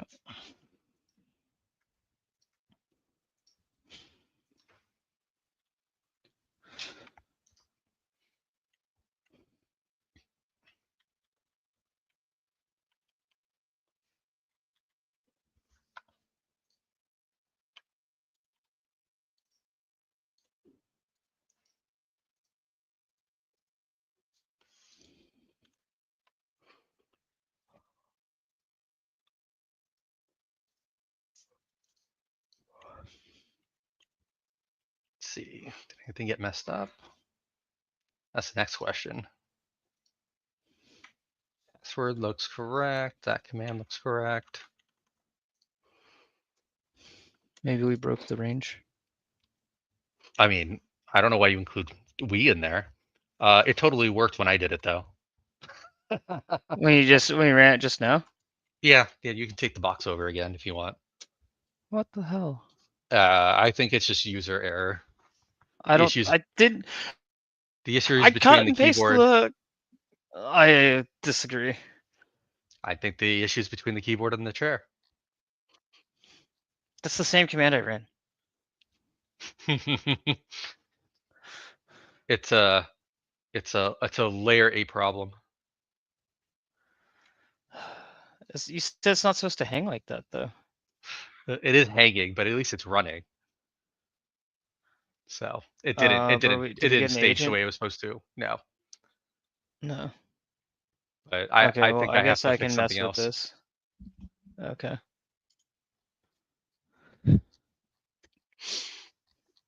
Is it not like the single quotes? I copied exactly the one I used and it worked, but that I don't know. I might have to mess around with it. There may be a Defender issue turning things back on, so we might have to go back through all the boxes and make sure Defender's disabled. Yeah. That might Otherwise, you're be. gonna have to employ obfuscation, and I don't think we're at that point yet. Employ what? Obfuscation. Obfuscate. Yeah. Or you could just try downloading the C# payload. That won't. Oh no, that'll get flagged by Defender. Never mind. Yeah, that doesn't really change any of that stuff. No. So that's putting us just about now at our time, Jake. So I don't know if there's anything else you wanted to go over or discuss Nope. before we get off. Nope. Well, it was a good discussion, some really good questions. So, and Yeah. then if you haven't had a chance, definitely check out the BOF loader stuff. We have a couple. I think we have like the blog that you checked out already, and we have a bunch of pre-built ones already in Empire. So, get a chance, definitely look at them. I'm going to look at the HVNC one because there's actually a BOF for that now. There was not one like 2 years ago when I tried to do it. So now that there's a BOF, I think I'm going to have to integrate that because I really want a hidden desktop. Yeah. I want that too because it would be useful. But now Jake's got to go back to work because he owes me Sharp RDP as a module, and I need it for an op. Hmm. So he'll be working all night. I do have to go back to fixing it. Yeah. So that's fun. All right. But Thanks. okay. I'll talk to you later. Have a good one, everyone.